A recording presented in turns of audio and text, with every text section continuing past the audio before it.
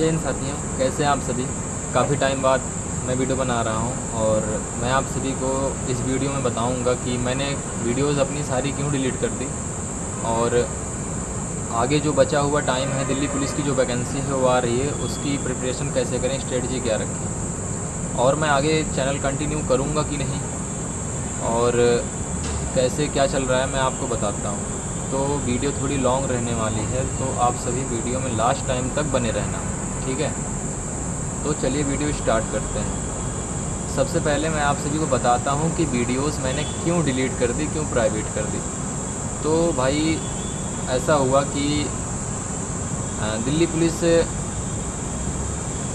Official notice आया था कि वर्दी में कोई वीडियो नहीं बनानी है। एक रीज़न तो ये था, लेकिन मेरी सारी वीडियोस वर्दी में नहीं थी, बट मेरे पास टाइम का भी इशू है, तो ये दोनों रीज़न था भाई, ठीक है। इस वजह से मैंने प्राइवेट कर दी वीडियोस और अच्छा भी नहीं लग रहा था और काफ़ी फालतू कमेंट्स भी आ रहे थे। इस वजह से फालतू कमेंट्स की वजह से मैंने सारी वीडियोस, सबसे बड़ा रीज़न यही है कि सारी वीडियोस प्राइवेट कर दी, ठीक है। फालतू कमेंट्स लोग करना स्टार्ट कर देते हैं।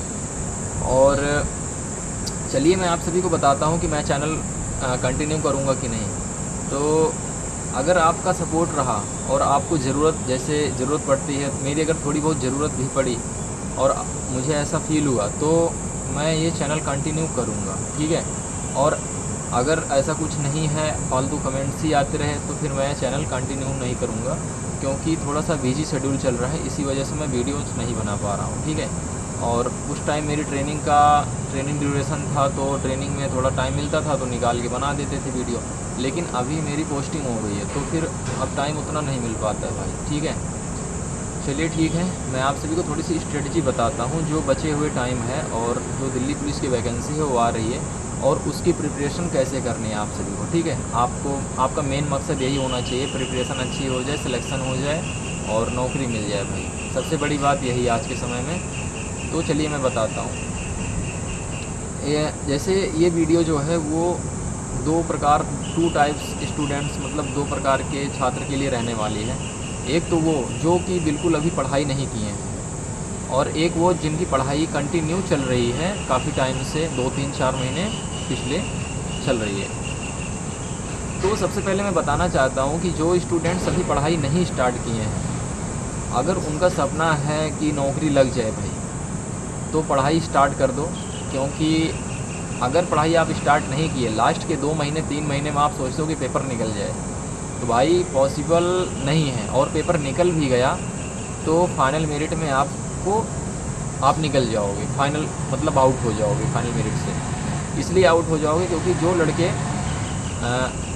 पिछले 3-4 महीने से तैयारी कर रहे हैं और आगे 6 महीने के आसपास बचा हुआ है पेपर में, तो उनका 9 महीने 1 साल के आसपास तैयारी भाई इनफ रहती है कोई भी एग्ज़ाम निकालने के लिए। और आप सिर्फ 3 महीने पढ़ोगे तो कोई 1-2%, मैं नहीं कहता हूँ 1-2% लड़के निकाल लेंगे, लेकिन आपका नहीं निकलेगा पेपर। तो आप भी अभी से लग जाओ, 6 महीना है भाई, 6 महीना का बहुत होता है। आराम से 6 महीने अगर आप लगातार पढ़ते हो तो आप एसआई का पेपर आराम से निकाल सकते हो, दरोगा भी बन सकते हो, ठीक है। तो आपको प्रिपरेशन स्टार्ट कर देनी है। दिल्ली पुलिस में भाई बताया हूँ कई बार 4 सब्जेक्ट आते हैं, जीके जीएस आती है, मैथ्स आती है, रीजनिंग आती है, कंप्यूटर आता है।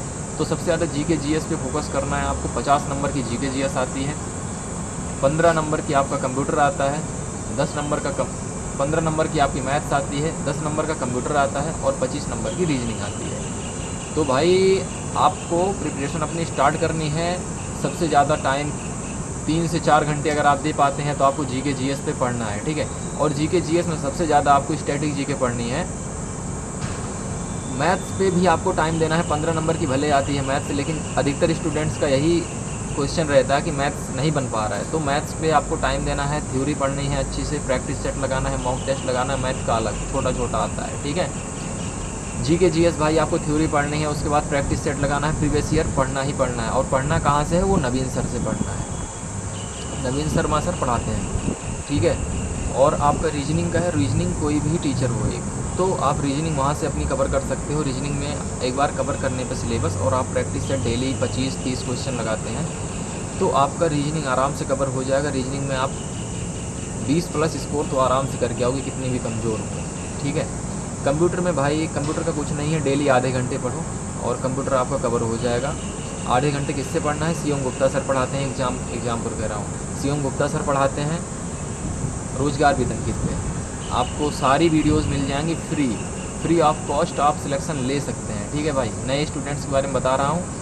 आपको 2 से 3 घंटे अभी मैं जीके जीएस 3 घंटे मान लीजिए जीके जीएस देते हैं नए लड़के, और 2 घंटे मैथ्स पे देते हैं 3 2 5, 1 घंटे रीजनिंग पे देते हैं 6, और आधे घंटे आप कंप्यूटर पे देते हैं, तो 6.5 घंटे सुबह हो गए, और शाम को आप 1 से 2 घंटे आप उसका रिवीजन करें। बस नए लड़के अगर लगातार यही भाई 3 से 4 महीने करोगे स्टार्टिंग में, उसके बाद आप प्रैक्टिस सेट लगा लोगे तो आपका सिलेक्शन भाई हो जाएगा। 80 नंबर आराम से 80 के आसपास आ जाओगे। ठीक है, अच्छे से अगर पढ़ लिए तो।